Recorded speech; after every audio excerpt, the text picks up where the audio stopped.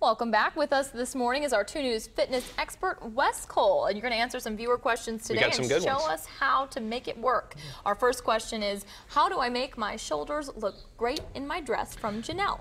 Well, you know, the thing about it is, especially when we're dealing with guys, the biceps are typically one of the most noticeable, but when it comes to women, you know, the shoulders, they're the ones that really get a lot of attention. So this is a great little complex that we do in my gym. Beth is going to start with just an overhead dumbbell press, and she's going to do 6 reps with this. And then she's going to go right into a front raise, just like that, going right in without rest, and then she's going right through the side. Okay, and if you can get to where you can do, you know, a series of 6 3 times consecutively without rest, I guarantee that's really going to go a long way to define those shoulders. Beth can probably go through the whole circuit probably 2 or 3 times before she has to rest.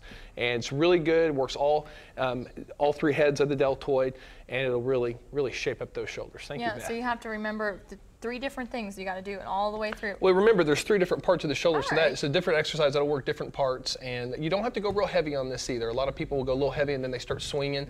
Remember, it's about technique and really to isolate that. All right, and Beth's shoulders look great, so that's a good tip there. And next up, I've been doing tons of bicep curls, but I'm not filling out my shirt. What can I do, says John. Well, a lot of guys, especially, they want to get some buff arms, and a lot of them pay a lot of attention to the biceps, which is important. We've talked about how noticeable it can be. But as far as overall size, the tricep makes up a larger portion of the arm. This is a great exercise to do. It's just basically a dip. Now, there's harder dips to do, but this is a really good way to kind of get started. As you can see, Beth is really working her triceps right there, but that'll go a long way to really fill out and add a lot of size, you know, to the arms, because like I said, the triceps make a large portion of the lower arm area.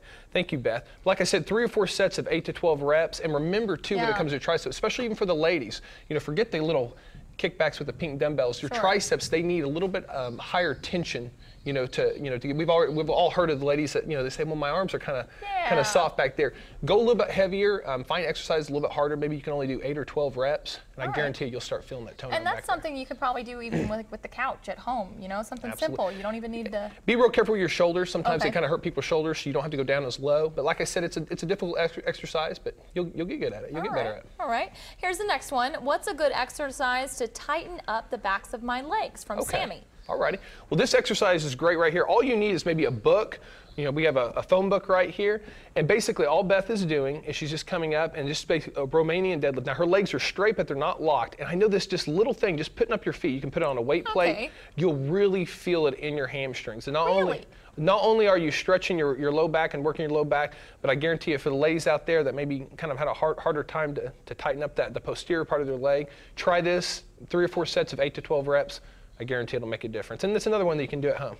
You find a good purpose for a phone book. Sure, yeah, it's simple things. I mean, no one uses phone books for anything else anymore. There you go. Here we go.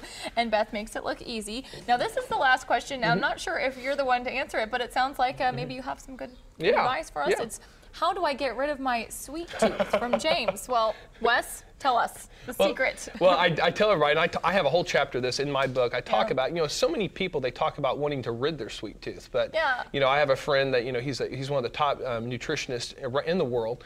And, I mean, he would, you know, we'd go to seminars, and he would be the first one to say, he would say, look, a sweet tooth is not necessarily a bad thing. Before candy bars and soda pop, you know, the sweet tooth actually aided in our survival. We craved berries and fruit and apples. So like I said, I tell people all the time what he told me, you know, you don't have to get rid of your sweet tooth. You just have to kind of maybe redirect your sweet tooth. So instead of maybe going for the Halloween candy, you know, maybe go for an apple, an orange. And oftentimes that initial craving, even though you might be craving chocolate, you know, you'd be surprised how satisfying maybe an apple or an orange can be. You know, but you just got to get started. And like I said, redirect your sweet tooth, and I really think that'll go a long way. But you know, like I said, sweet tooth is here to stay. I mean, it's just a part of us. You can't get rid of it. Just the magical question. How do you get rid of it? And like I said too, I don't know what life would be like without just a little bit of chocolate. So like I said, moderation. Thank you so much, Wes. We always appreciate it. And if you have a question you'd like Wes to answer, just go to the weekend morning section of our website, kjrh.com. You can click on the habitual health link, or you can always call Wes 749-0960 or visit his gym on 46th just east of Sheridan.